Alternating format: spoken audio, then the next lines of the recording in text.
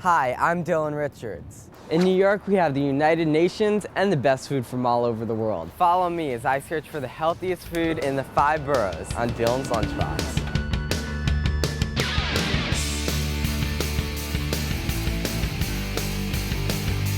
More crunch. Very soon. Talk about your spices. Juices of the orange is going to start to come out of it. Flagship cheese. Here's your burger. Slide the opposite leg. I'm Tanya Suckerbutt for Dylan's Lunchbox. And how you got into organic farming? About American cuisine. Who doesn't love Italian food? Chinese food is one of the oldest cuisines in the world. We're here to find out what's in your lunchbox.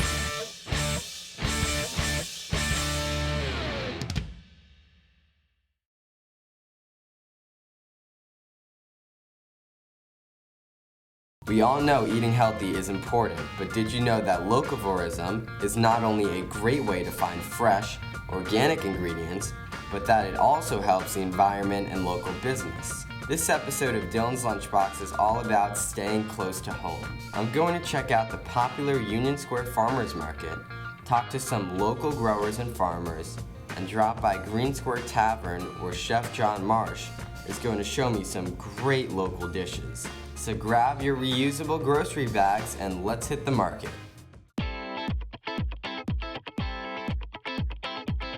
We're at Union Square Market. So what are we gonna do today? We're gonna buy a bunch of food that we'll use at the restaurant over the next 3 days.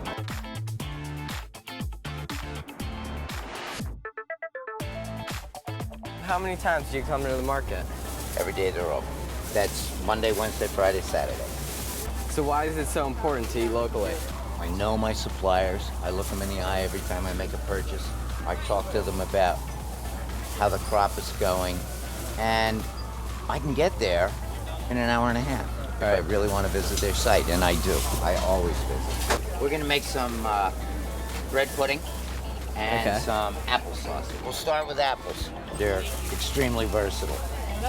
Then we're gonna pick up moutsus for a bread pudding. Okay. And we may get some galas for applesauce. It's a gala. This one's better for my favorite for sauce. Is it sweeter, fresh sour? Sauce. It's a very naturally sweet apple without being overwhelming. And the sauce we make is nothing but a little Ronnie Brook butter, salt, pepper, and these apples. Most of the sweetness comes from the skin. When picking tomatoes, what do you look for? Now, even though that's so slightly softer, what we're going to do is cut it and roast it. Yeah, so it doesn't matter. I'm only hopeful of the flavor remaining, and it should.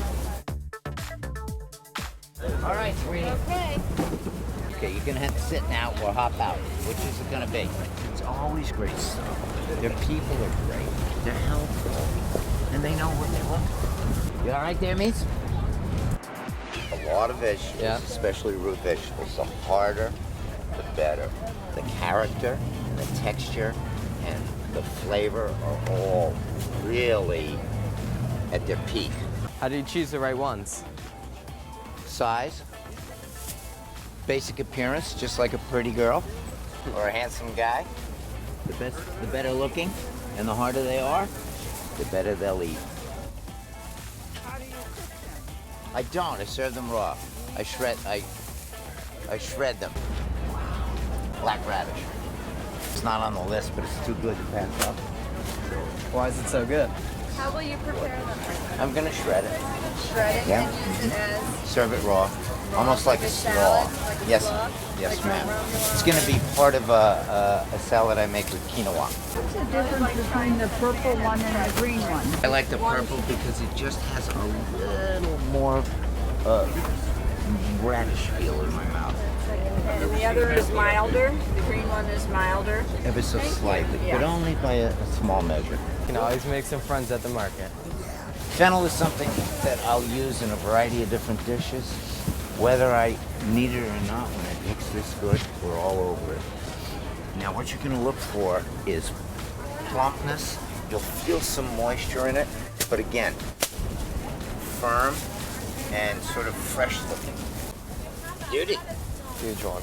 You need a bag for that? We're all together. No, well, yeah, you know what? I will take it back. This food is all grown in its own most natural state. These all have the nutrition that comes from the earth. All the microorganisms that live in the soils are essential to have this carry all the nutrients that it had 200 years ago. Hello, Chef. Hi, how are you? Good, thank you. How are you? Fine, thank you. The expense of eating well, it's minor compared to the disadvantages of poor health. Yeah. Look at you. You're the healthiest kid I've seen in 20 years. Because you eat right. Thank you for the card. All righty. Good to see you again. Have a good one. You too. Thanks.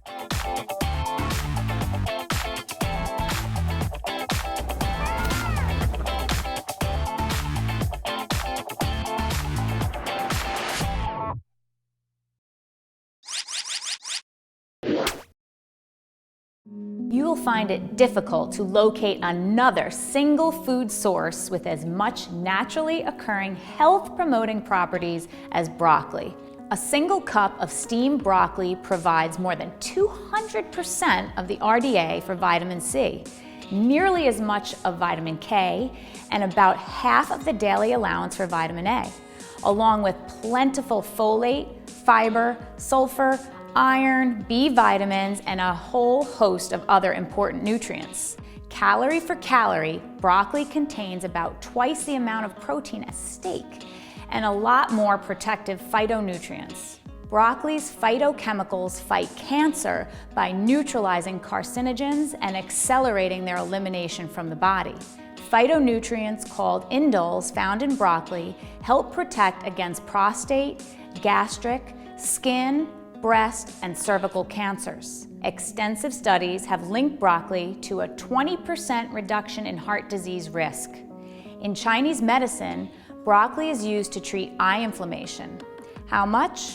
If you could eat a little broccoli every day, your body will thank you for it.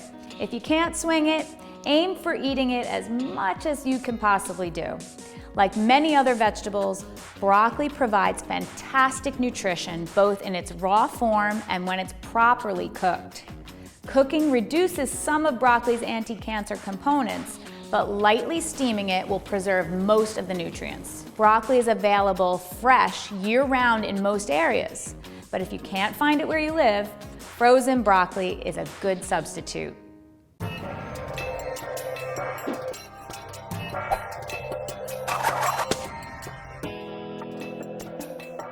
Celebrity yoga instructor Gwen Lawrence is back in Central Park with us. So I hear we're doing the frog today? Yes, we're doing frog, and frog is a great one to hold for a long time. So however much you have, you're gonna give to this one for sure. You're gonna come onto your hands and knees. Right. What's important about this one is that your hips are right in line with your knee joint so that you're not really far back and you're not forward. And then come as far apart as you can with that same positioning and then onto your forearms. Open your feet apart a little bit more, that's it. And you can make 2 gentle fists. So this one, I'm gonna suggest you hold for 1 to 5 minutes. First time I ever did this pose, I held it for 20 minutes and I saw my life flash before my eyes. It was very difficult. But this is obviously gonna open groin, inner thigh, which gets very tight and held during long days in school, long days on the field of play, whatever it is. So this will help open up the hips. And whenever the hips are more open and supple, it reduces the stress and strain on the knee, which is very vulnerable. So it's really important. And then coming out of it is a little dicey, not very graceful, but do the best you can. Just walk yourself forward out of it, maybe onto your stomach and take a little break. Good. A couple times a week, definitely. You're gonna see a difference in your hip flexibility.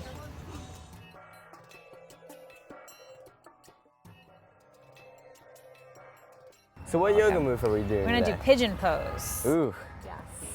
I think one of the perennial favorites for a lot of people. You're gonna pick a leg, any leg, whatever leg you want. You're gonna bring it forward and slide the opposite leg back. So what's important here is that your hips stay nice and square in center, that you're not sitting on your right hip.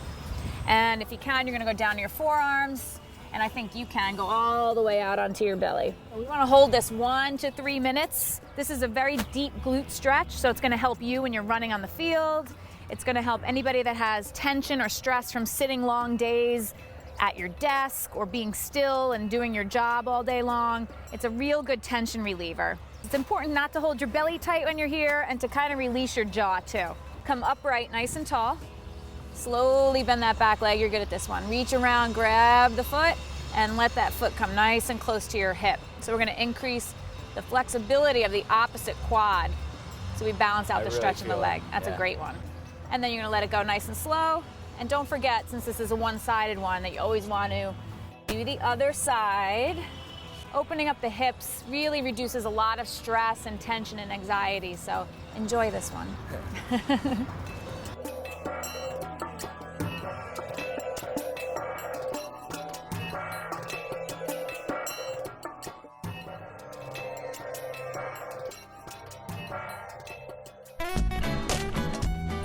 Hey Lunchboxers, did you know you can grow your own local produce in your home? Finding the space to grow your own vegetables can be pretty challenging. But it's easy to grow plants like lettuce and basil.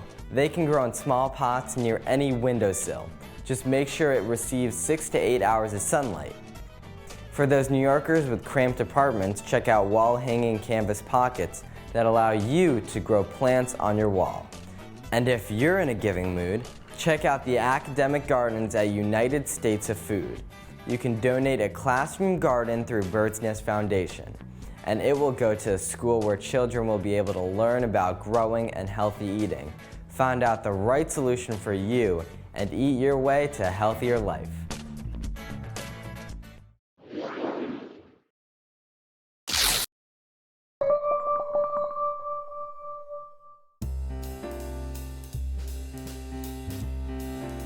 I'm about to meet with Phil, who's an organic farmer. He's going to be telling me his views on growing and eating organic produce.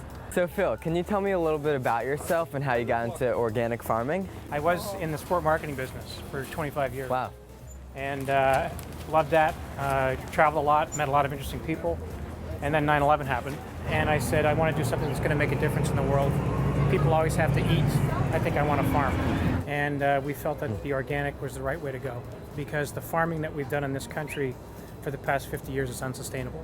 We started farming in 2007 and we became certified organic in 2009. So why is it important for your farm to be certified organic? We thought that with the organic seal, the USDA seal, that would give us credibility in the market, that we are doing it all the right way. There's a third-party endorser that says we're doing it the right way.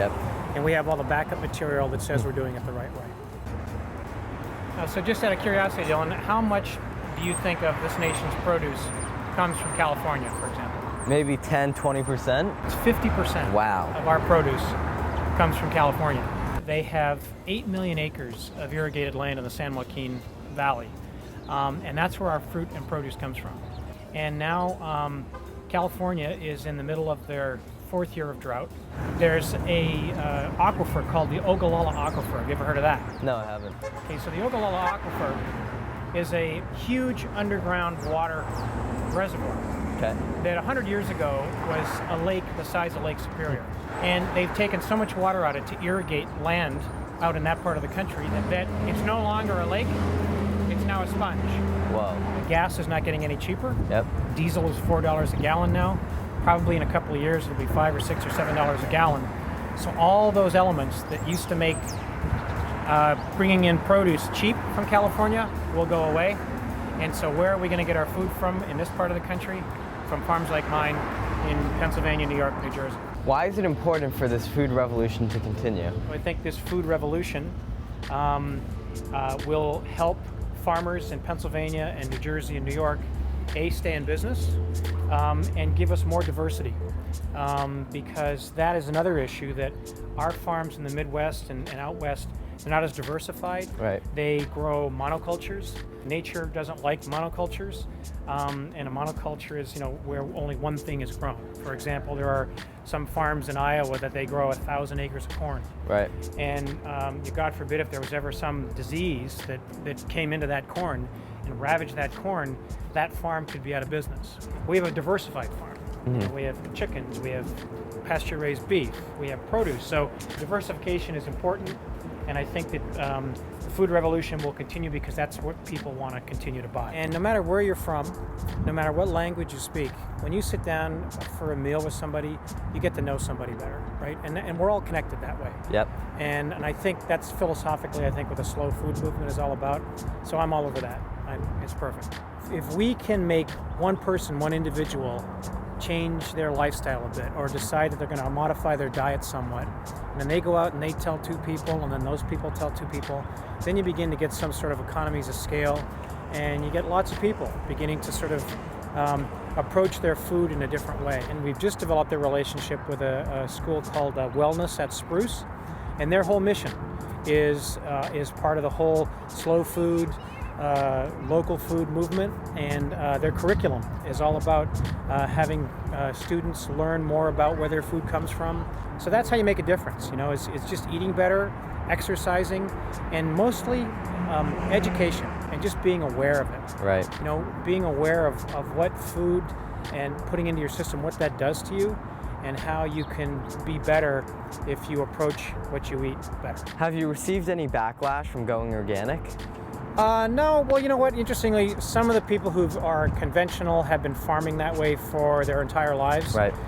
There's been a little bit of pushback from individuals like that, but that's mostly of just the unknown, right? People have a fear of the unknown, and it's interesting that if they really thought about it, my great-grandfather was a farmer, and I suspect, although it wasn't called organic back in those days, that he farmed organically, because they didn't have artificial fertilizers and artificial chemicals back then. But lots of people have jumped on board. They like it.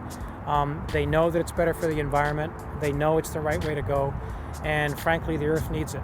So, you know, I'm just trying to do my little piece. And if there's another 100 guys like me doing the same thing, then perhaps all of us collectively, we can make a difference.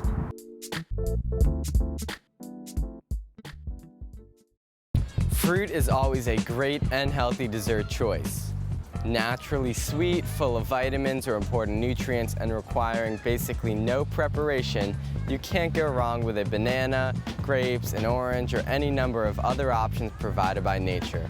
When shopping for fruit, keep an eye out for ones that are organically grown or free of pesticides. Also, learn what's in season and how to spot the perfect ripeness, and you'll end up with fresh, delicious fruit every time. Hi, my name is Sari Saffer, reporting live on the streets of New York during lunch hour. We're here to find out what's in your lunchbox.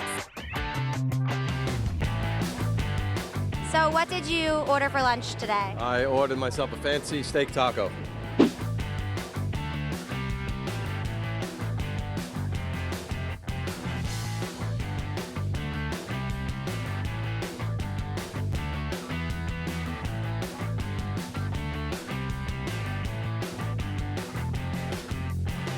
Why'd you make that choice? Because it was there, it called to me, it spoke to me, I passed it earlier, I came back to get one. Sounds good. I gotta get a suntan at the same time, it's a beautiful day.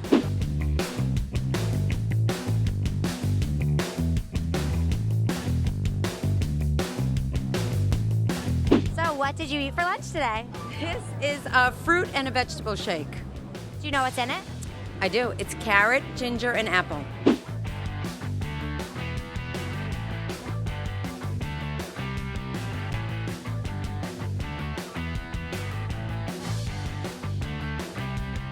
Why'd you choose to eat that for lunch? Because it's healthy. It's light, it's healthy, and it's refreshing. Did you get anything else today to eat? Nope, just this for lunch. And do you ever bring anything from home? I do. I do bring home. I do. When and why do you choose to do that? I usually do that on days I know I'm going to be really busy, and I might not be able to get out of the office. And do you ever bring lunch from home? Occasionally, yeah. Why did you choose to come out today? I'm working down the block, this is convenient, and I heard all the trucks around here are really good.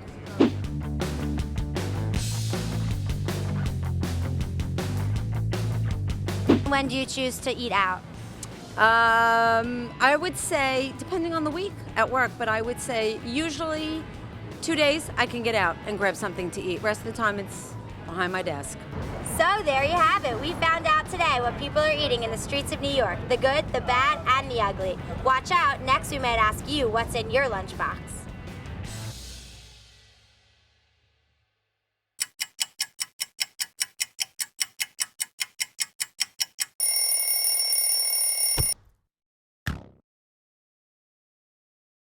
Farmers markets are great places to find local produce and goods.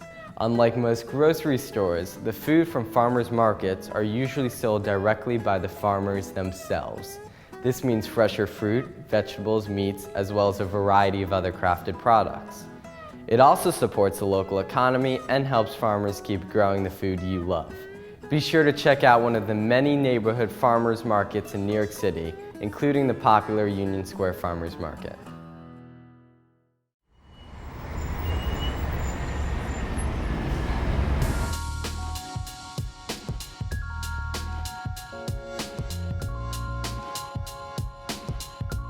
Unlike many other restaurants, Green Square Tavern uses local ingredients.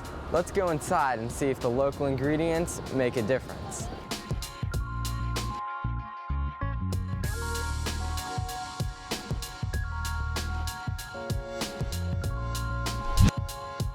So what's Green Square Tavern's philosophy? To serve local, sustainable, traceable foods to as many people as possible for a modest price. Part of being a locavore means that you'll change what you eat over the course of the year. And we're very much limited by local supplies. And why is it so important to be local and organic?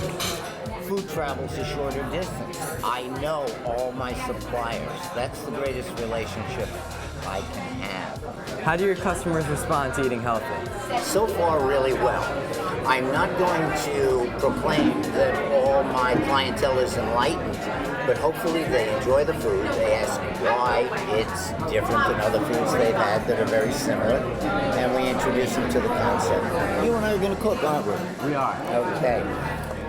You'll have your choice of a quinoa salad with an iron-grilled sirloin steak and a Lancaster County rotisserie roast chicken. So what do we have here? Our first dish today is a quinoa salad. Now we cook the quinoa like rice, right, with very little pure water, some garlic, shallot, onion, and shredded carrot. Rather simple dish. Totally simple and straightforward. The idea of this dish is a variety of flavors and textures and nutritional components taken together to make for an interesting appetizer. So what's next? Next, we're going to go and do some hot dishes. We're going to iron grill a sirloin steak, and then we're going to finish cooking a rotisserie roast chicken. Great. This guy is grass-fed. And that adds so many different health components that I'm happy to serve it, and I don't have any worries about contributing to someone's high cholesterol. This is just organic extra virgin olive oil, and we use it just to hydrate. How long does it take to cook the steak? This will probably take about 5 minutes. If you don't mind, we cook it medium rare. That's great. Okay. This is kale. It's a very hearty green vegetable, which is high in iodine and other antioxidants. Yeah. We use duck fat here for our home fries on the weekend, and this is beef fat where we cook our sweet potato French fries and our regular French fries. Excellent.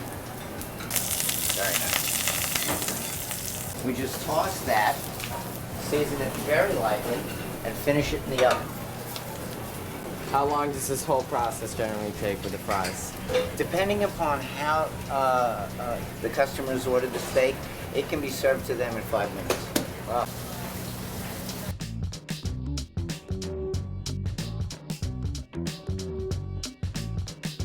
Physical culturalists will tell you that eating raw food is better than eating very cooked food.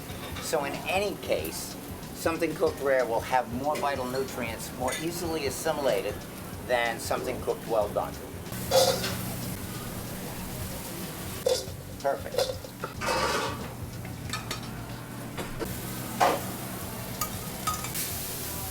And voila.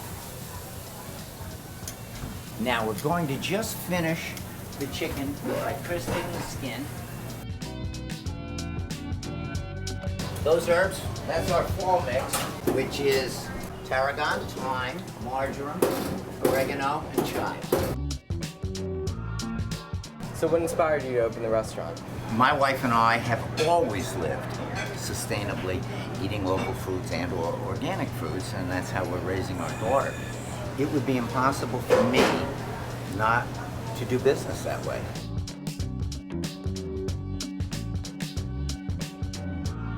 It certainly smells and looks good, but let's see how it tastes.